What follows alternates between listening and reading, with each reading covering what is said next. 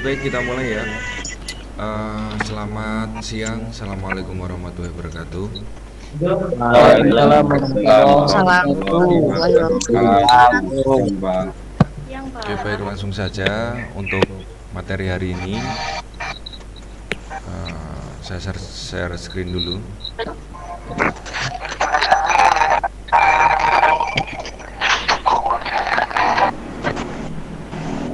Kelihatan ya? Kelihatan. Kelihatan ya? Enggak. Oke. Apanya berubah? Ya baik, kita mulai untuk pemrograman mata kuliah pemrograman web 2. Jadi untuk pemrograman web 2 kali ini kita akan membahas tentang pemrograman yang berorientasi objek untuk web. Nah, salah satu pemrograman berorientasi objek itu menggunakan framework. Nah, di sini kita akan membahas tentang dasar-dasar web framework. Oke, web framework atau biasa dikenal dengan web application framework. Web application framework adalah suatu software framework yang didesain untuk mendukung pengembangan web dinamis, aplikasi web dan web service. Jadi di dalam web application framework itu memang didesain untuk pengembangan aplikasi web yang dinamis dan merujuk kepada web service. Apa itu web service? Nanti kita coba kita diskusikan untuk itu. Terus selanjutnya, pemrograman web berbasis framework didasarkan pada konsep OOP atau Object Oriented Programming atau pemrograman berorientasi objek ya. Jadi itu yang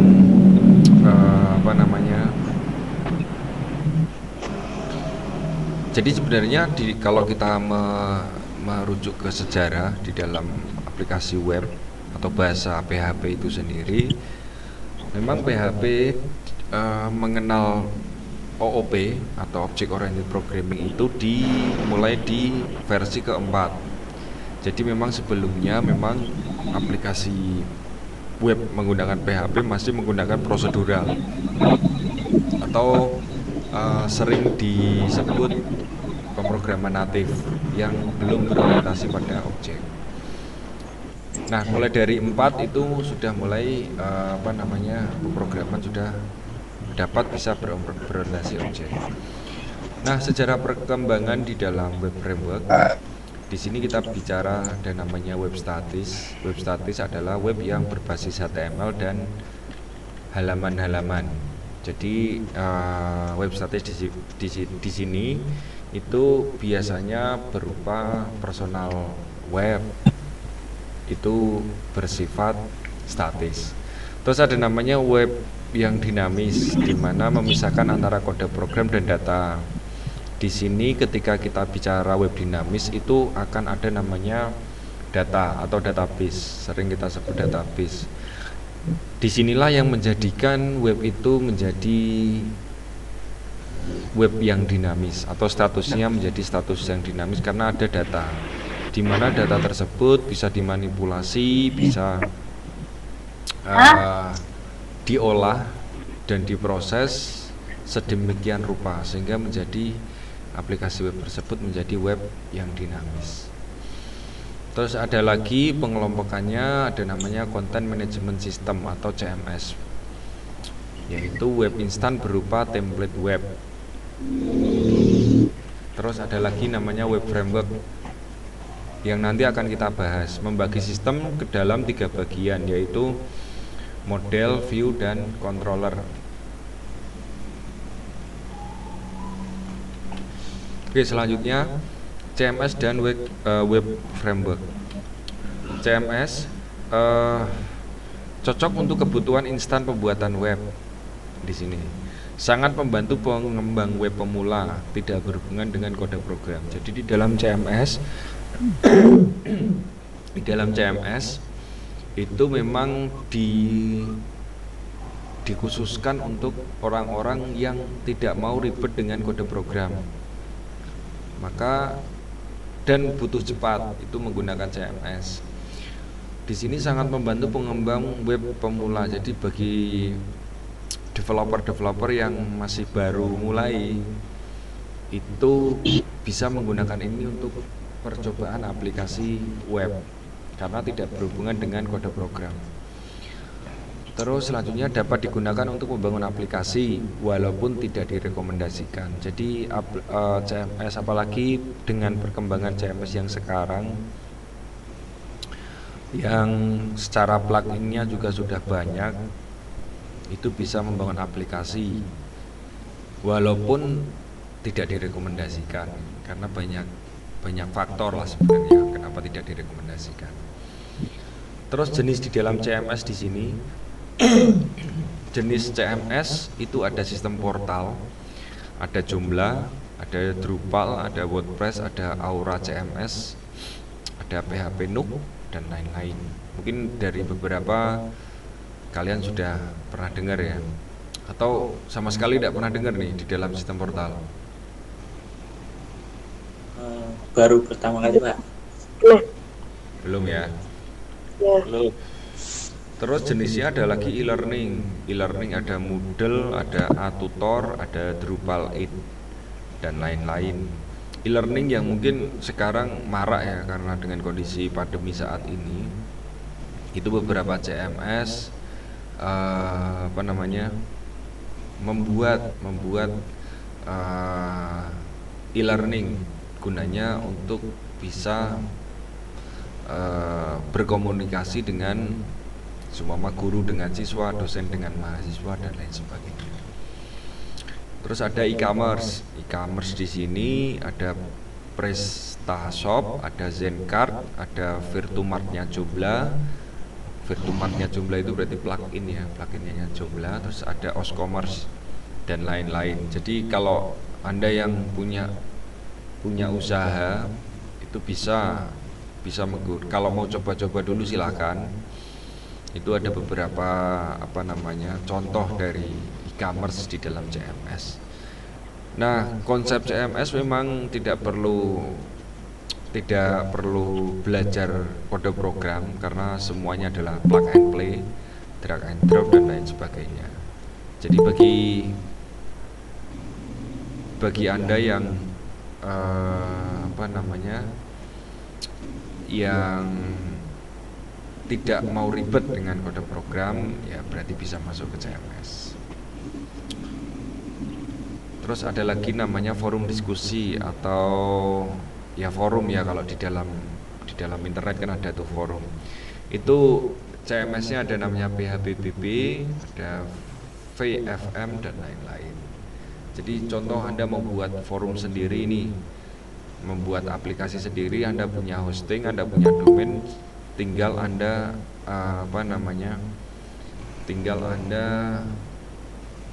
install saja CMS tersebut.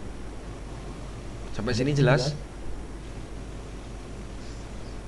Halo? Hai.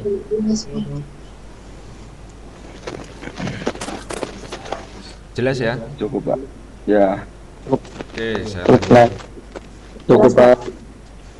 Oke, saya lanjut. Terus ada lagi namanya web framework. Kalau tadi saya menjelaskan tentang CMS, sekarang tentang web framework.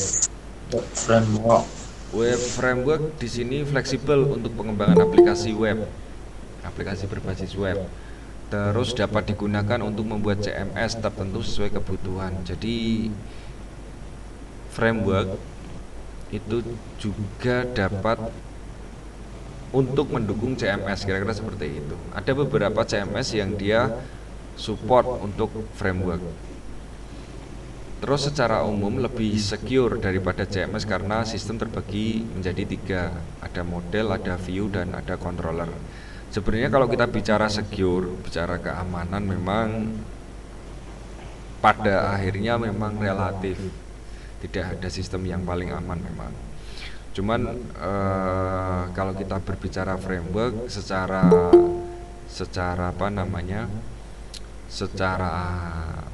gambarannya memang sudah dibagi menjadi 3. Jadi secara alurnya juga jelas, ada model, ada view, dan ada controller.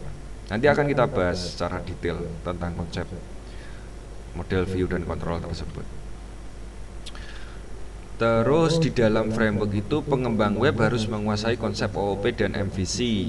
Nah, di sini syarat mutlak untuk Anda belajar framework itu berarti Anda harus tahu konsep OOP dan konsep MVC, Object Oriented Programming. Bagaimana mendelegasikan sesuatu ke dalam sebuah objek, itu kan konsep OOP.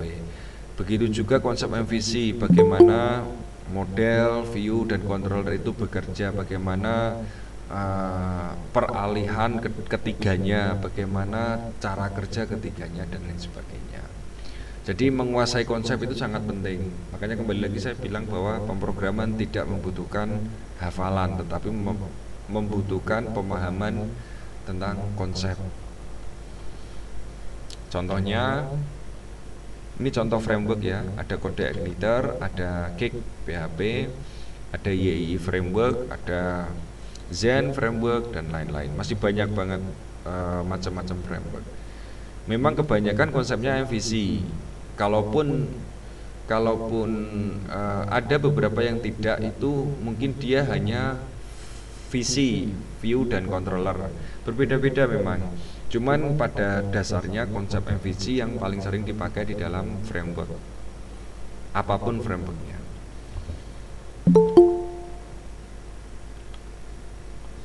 Terus ini jenis web framework. Yang pertama adalah Code Igniter. Banyak digunakan karena berukuran kecil dan ringan diakses. Framework dengan konfigurasi minimal, ini Code Igniter ya. Terus dokumentasi lengkap dan jelas karena komunitasnya banyak. Bersifat open source dan didukung komunitas yang besar. Nah, ini salah satu keunggulan dari Code Igniter adalah ukurannya kecil, komunitasnya banyak, dokumentasinya lengkap. Terus jika ada kendala dan lain sebagainya, memang forumnya juga ada untuk bagi pemula juga tetap dinaungi. Jadi cuma ada error dan lain sebagainya, memang karena komunitasnya banyak ya relatif lebih gampang untuk dipelajari. Terus dapat dikembangkan dengan mudah menggunakan plugin, ada helper, ada hook. Nanti untuk model-model plugin, helper, dan hook nanti akan kita bahas di praktikum. Jadi biar langsung implementatif. Terus paket library yang lengkap, ada database, ada email, ada form, ada tabel, dan lain-lain. Jadi di dalam Code Igniter ini library itu apa ya? Perpustakaan kali ya. Perpustakaan di dalam Code Igniter itu relatif lengkap. Karena beberapa anggaplah itu sebuah modul, itu beberapa memang sudah tersedia. Ada komunikasi dengan database, bahkan databasenya bisa berbagai macam database. Terus yang berhubungan dengan email, nanti hubungan dengan mail server dan lain sebagainya. Terus ada penanganan formulir ya. Terus ada untuk view tabel, eksekusi tabel, dan lain sebagainya. Terus ada lagi Cake PHP, bukan ini ya, bukan makanan. Cake PHP didesain mengikuti arsitektur ROR, Ruby on Rails, sebuah framework terkemuka mendukung teknologi ORM atau Object Relational Model. Ini mungkin dia lebih ke konsep ROR-nya ya. Terus library lengkap sama, disertai dokumentasi yang memadai. Jadi ya, selain Code Igniter memang Cake PHP lumayan banyak peminatnya juga. Terus bersifatnya open source, jadi memang kebanyakan jenis framework memang sifatnya memang open source. Jadi bisa dikembangkan sesuai dengan keinginan kita, baik dari sisi aplikasinya maupun dari sisi keamanannya. Jadi open source jangan melulu bersifat gratis, tapi bersifat terbuka. Terbuka untuk dikembangkan, terbuka untuk dites, terbuka untuk dipakai oleh orang banyak. Terus digunakan oleh sistem web terkenal, salah satunya adalah portal Yahoo. Ini zaman dulu ya. Yahoo dulu menggunakan Cake PHP untuk develop webnya, web mereka. Terus ada lagi YI Framework. YI Framework menggunakan database abstraction layer atau e-data access object atau DAO dan active record untuk memudahkan interaksi dengan database. Memang konsep YI memang lebih ke manipulasi basis datanya. Terintegrasi dengan jQuery JavaScript Framework, jadi sudah built-in dengan jQuery Framework. Terus memiliki jQuery, pernah dengar ya? Halo? Hai. Nah, barusan. Pernah ya, pernah dengar ya. Oke. Nah, Pak. Baru, Pak.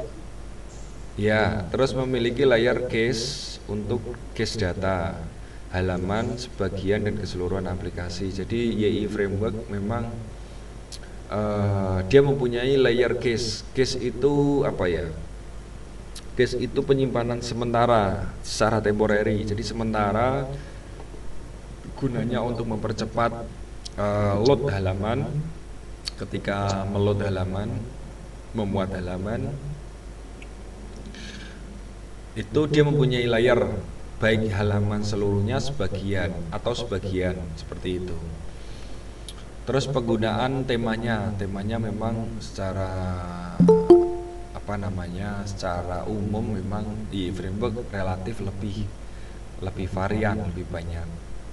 Terus bersifat konsol, penggunaan perintah pada konsol untuk melakukan beragam perintah otomatis. Jadi YI framework ini yang mungkin sudah banyak framework yang menggunakan konsol. Jadi pemrogramannya itu ada konsolnya, ada kalau di Windows ada kayak command prompt-nya. Jadi Anda bisa mengetik perintah di dalam command prompt tersebut atau di dalam konsol tersebut, terus nanti YI framework mengeksekusi apa perintah yang Anda ketik. Sama seperti model sistem operasi seperti itu. Banyak sekarang yang menggunakan model konsol seperti itu.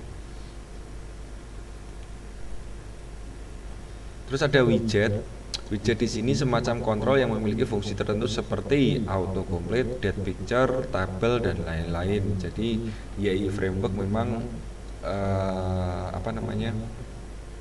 secara widget memang relatif varian, lebih banyak.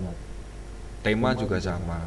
Memang YI framework memang di beberapa developer banyak yang jatuh cinta dengan ini. Cuman memang kendalanya adalah eksklusif. YI framework itu eksklusif. Kalau saya bisa menyimpulkan eksklusif. Jadi orang-orang yang memahami YI framework memang orang-orang yang eksklusif. Terus modelnya secara modular dan mudah ditambahkan. Modelnya adalah modular. Terus selanjutnya adalah arsitektur web framework, berhubungan erat dengan konsep MVC, yaitu M itu model, jadi MVC itu singkatannya. M itu model, mengandung fungsi-fungsi untuk berkomunikasi dengan database, seperti mengambil data produk dengan ID tertentu, hapus produk, menyimpan komentar pada blog dan lain sebagainya. Jadi untuk memanipulasi basis data itu di model. Jadi ketika Anda berhubungan dengan basis data, apapun basis datanya itu akan dieksekusi di dalam model. Terus yang kedua adalah ada view. View itu yang mengeluarkan kode HTML atau tampilannya, istilahnya seperti itu. Jadi kalau model itu berhubungan dengan basis data, Anda manipulasinya menggunakan model. Kalau untuk menampilkan display itu ke view, biasanya makanya mengeluarkan kode HTML. atau JavaScript atau CSS dan lain sebagainya. Pokoknya yang berhubungan dengan antarmuka interface itu adalah view. Terus ada lagi yang ketiga, M model, V atau view, C-nya adalah controller. Controller itu kode yang memeriksa input dari pengunjung dan memilih apa yang harus dilakukan. Nah, controller kalau saya sederhanakan adalah logic programnya. Jadi disinilah nanti logika pemrograman yang sebuah aplikasi yang Anda buat itu adanya di controller. Jadi nanti mungkin ada diskon, ada levelisasi, ada berbagai macam, ada looping, itu masuknya di controller. Itu logic program, logic aplikasinya dari controller. Maka kalau Anda sudah menguasai controllernya, itu insya Allah relatif lebih mudah mempelajari model dan view. Karena memang logiknya memang di situ, kuncinya di situ. Walaupun sebenarnya tiga-tiganya memang saling berkesinambungan.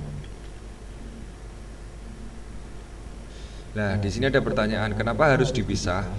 Tentu saja untuk mempercepat dan mempermudah proses pengembangan perangkat lunak.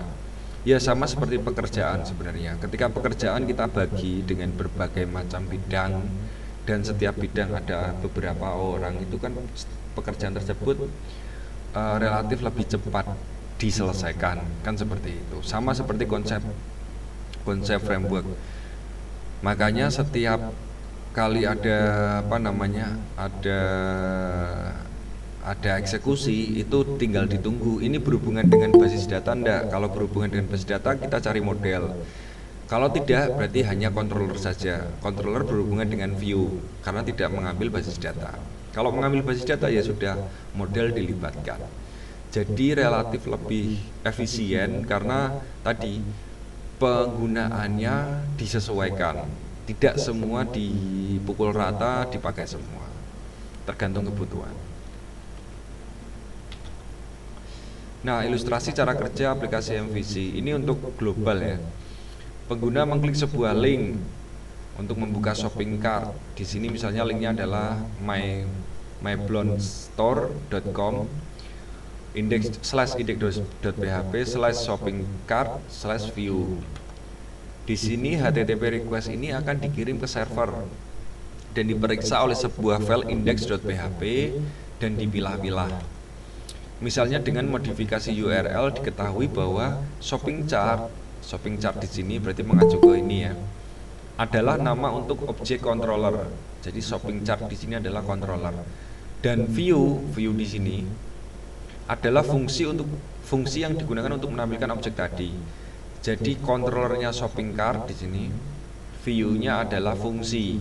Jadi di dalam sebuah controller terdapat berbagai macam fungsi. Seperti itu. Maka dipanggillah file controller dengan nama shopping cart dengan fungsinya view. Oh, mana tadi?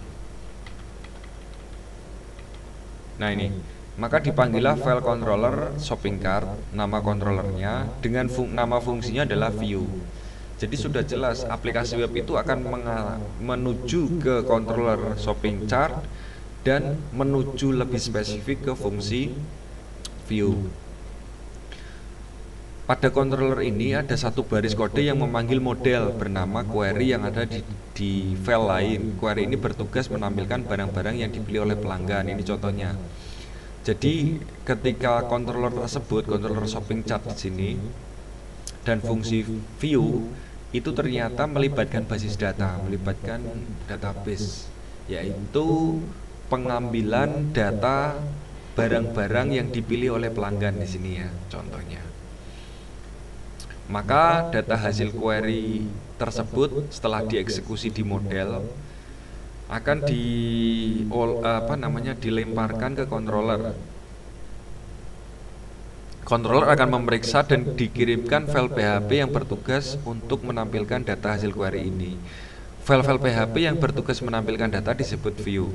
Jadi logikanya gini. ketika si user pengguna itu mengklik sesuatu yang intinya adalah sebuah link, kan seperti ini kan link kan ya.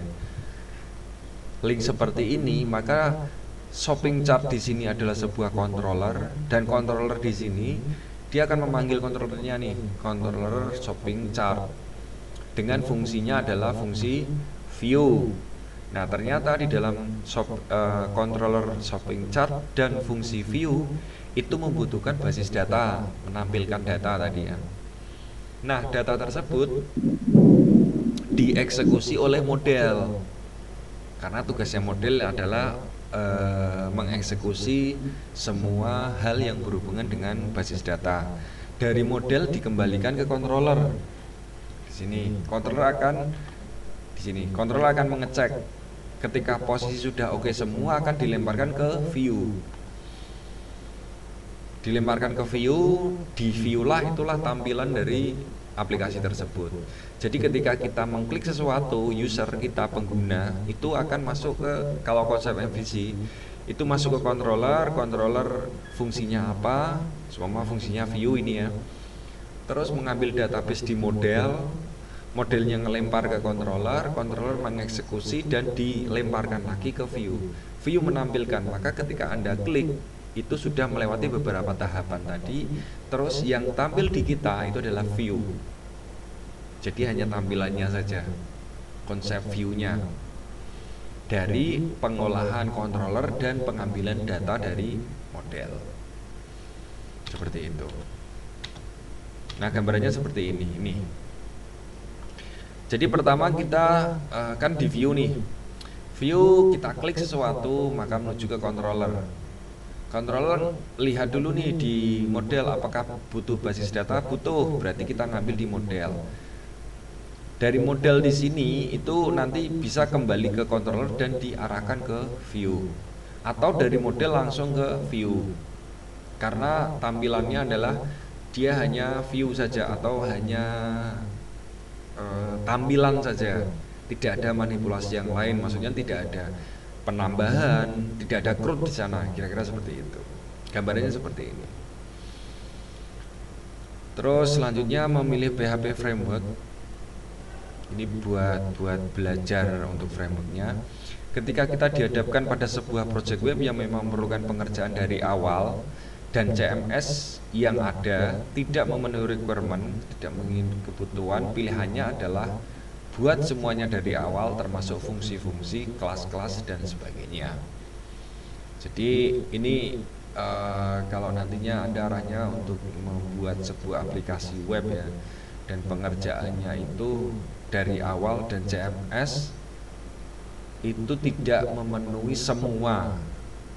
Mungkin beberapa memenuhi, tapi tidak semua kebutuhan terpenuhi oleh CMS, maka pilihannya adalah ini, buat semua dari awal dengan menggunakan PHP framework.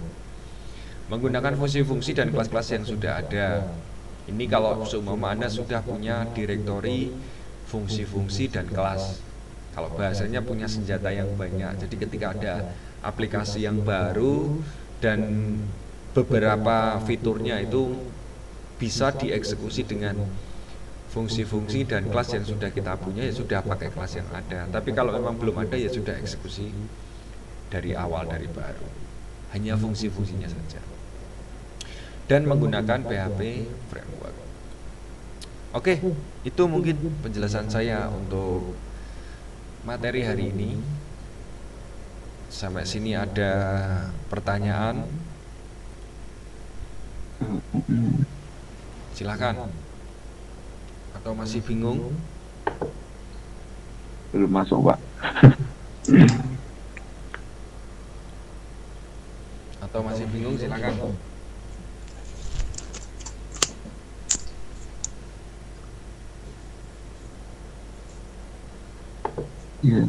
Ayo. Ini konsep awalnya tadi saya jelaskan. Izin bertanya, Pak. Ya, silakan. Assalamualaikum warahmatullahi wabarakatuh. Waalaikumsalam. Waalaikumsalam. Kurang jelas suaranya, Mbak. Oh, kurang jelas. Perkenalkan, nama saya Sari dengan NIM 1022000042. Ya. Izin bertanya. Tadi kan Bapak jelaskan katanya banyak konsep ya Pak. Nah, dalam framework itu memilih konsep sistem efisi. Nah, salah keunggulan dari sistem efisi itu apa ya Pak? Terima kasih. Wassalamualaikum warahmatullahi wabarakatuh. Waalaikumsalam. Waalaikumsalam warahmatullahi Satu. Oke, pertanyaan bagus itu. Tadi konsep MVC. Tadi pertanyaannya konsepnya seperti apa gitu ya? Atau kelebihannya atau gimana tadi? Ya, kelebihan keunggulan. Kenapa kok itu framework menggunakan sistem efisi tersebut? Ya, katanya kan tadi banyak sistem ya Pak. Ya. Tapi framework itu menggunakan sistem efisi.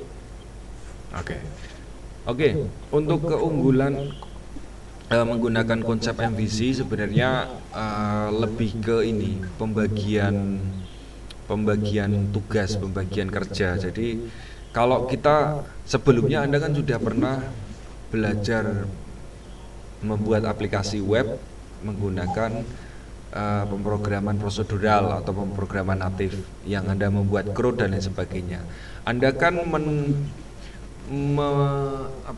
menggabungkan antara view, antara yang berhubungan dengan tampilan, yang berhubungan dengan logic, dan yang berhubungan dengan database itu kan dalam satu file.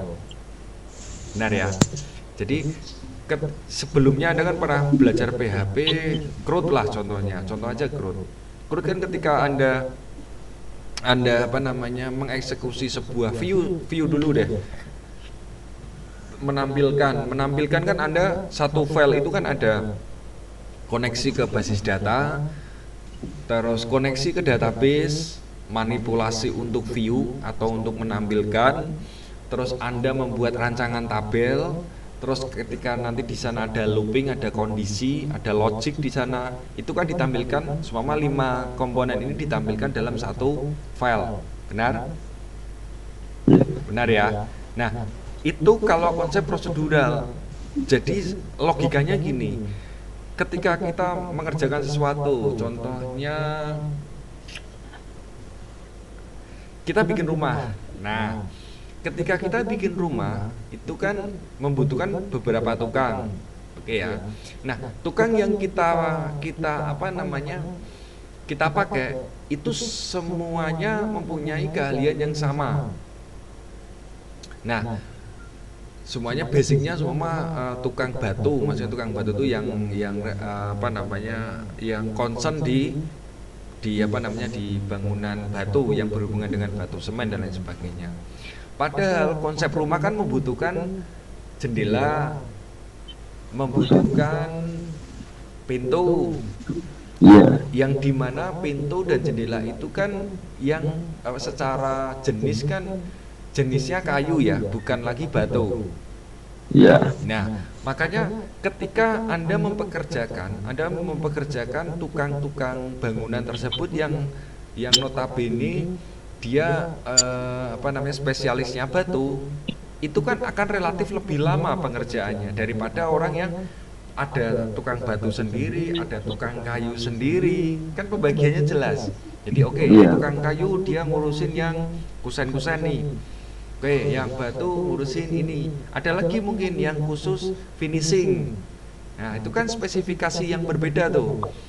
Nah, makanya kenapa itu kelebihannya. Kelebihan konsep MVC adalah membagi pekerjaan tersebut sesuai dengan bidang. Kan tadi ada MVC, model, view, dan controller. Bagian tampilan itu nanti berhubungan kalau di kita itu berhubungan dengan front end developer.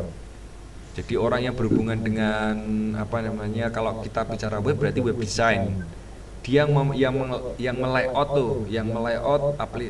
tampilan aplikasinya. Terus ada lagi M dulu deh, model. Berarti berhubungan dengan database. Kita butuh orang database administrator. Orang yang concern, orang yang fokus di dalam berhubungan dengan basis data. terus MV, view yang berhubungan dengan tampilan tadi, web design. Terus ada lagi controller, dibutuhkanlah programmer, dibutuhkanlah orang yang fokus di dalam logic program. Keuntungannya apa? Keuntungannya jadi tim, bukan lagi one man show.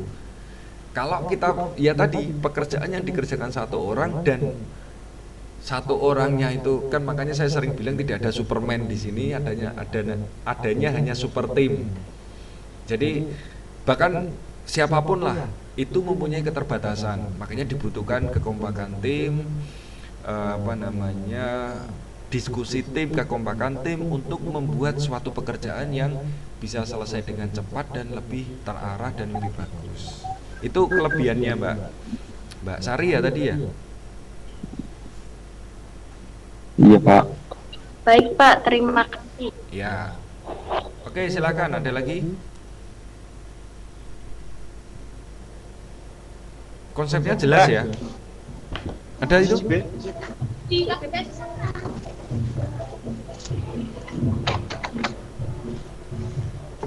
Yuk silakan. Ada. Minyak kok. Monggo Mas juga. Mas juga mau tanya itu.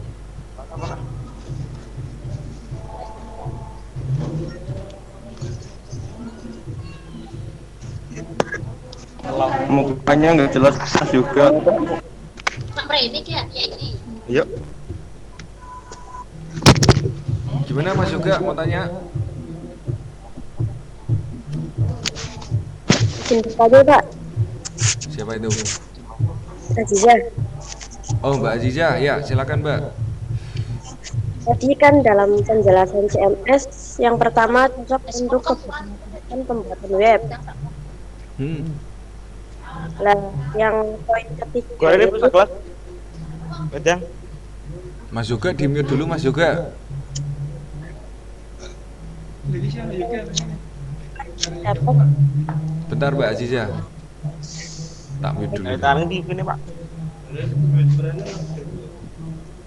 Oke, Mbak Aziza gimana? tadi yang penjelasan di CMS, Pak. Izin tanya. Kan tadi dijelaskan dapat digunakan untuk membangun aplikasi. Kenapa ada kurung buka tidak direkomendasikan? Mohon penjelasannya Pak. Maksudnya itu gimana? Kenapa tidak direkomendasikan? Terima kasih. Oke. Untuk CMS kenapa tidak direkomendasikan? Karena yang pertama ini saya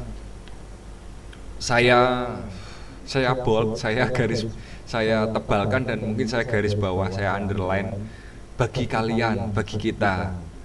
Jadi kalau kita itu kita sebagai orang komputer ya, itu CMS mungkin hanya pengenalan tapi tidak direkomendasikan karena tidak akan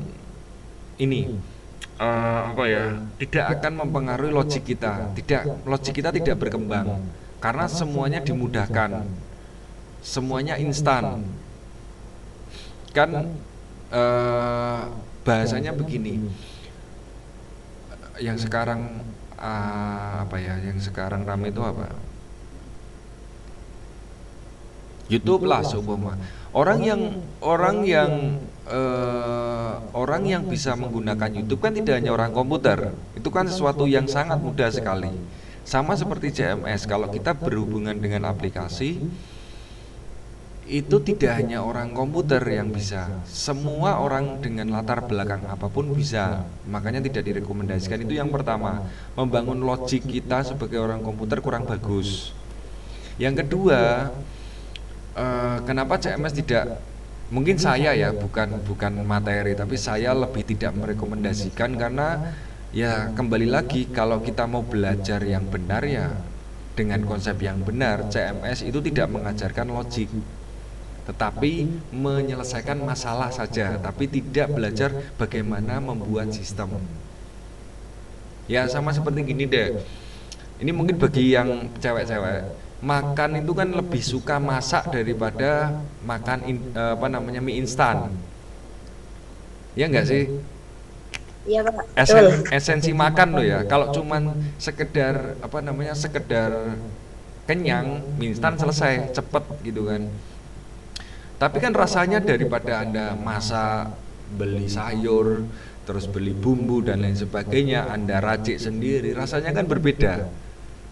Itu yang pertama, secara rasa. Yang kedua, ada proses Anda belajar untuk memasak, kan gitu. Oh, ternyata bikin sayur apa, seumpama sayur lodeh itu bumbunya ini. Pas waktu saya bikin ternyata ada yang rasanya kurang, kan gitu. Experience itu yang mungkin tidak didapatkan di CMS. Experience pengalaman itu yang tidak didapatkan ketika Anda membuat mie instan. Mie instan kan tinggal saya pun bisa gitu kan. Air dipanasin gitu sampai mendidih, masukin mie, udah jadi bumbu dicampur, selesai. Sama seperti bikin kopi sebenarnya kalau saya sih. Logikanya kalau saya bikin kopi saset sama kopi hitam yang hitam murni maksudnya. Bubuk ya. Atau yang mungkin lebih repot lagi di grinder sendiri seumpama masih biji. Kan ada proses itu. Bagi Anda yang suka kopi rasa tidak terlalu manis, kan tidak cocok dengan kopi saset. Karena kopi saset relatif manis. Iya, manis Pak. Ya kan, nah itu proses-proses itu yang experience itu yang mungkin tidak didapat di CMS kalau saya gambarkan itu seperti itu. Terus mungkin dari sisi keamanan, ya memang secara keamanan bisa jadi lebih baik karena secara developmentnya memang mempunyai tim khusus. Tetapi ingat, semakin konsep sistem adalah semakin banyak orang memakai, semakin rentan sistem itu mempunyai celah. Kan seperti itu. Itu konsep komputer kan seperti itu. Gitu ya, Mbak Azizah ya tadi ya. Iya Pak, baik Pak, terima kasih penjelasannya. Oke, monggo yang lain. Silakan.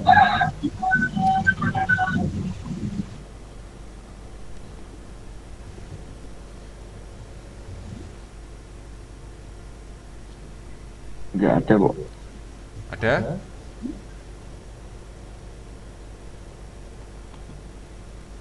Oke, kalau tidak ada, gitu aja mungkin dari saya. Terima kasih.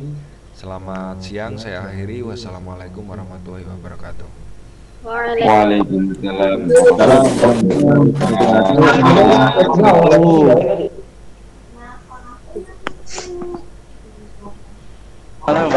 Sallallahu ala Nabi Muhammad. Waalaikumsalam. Celar teman-teman dengan kampus.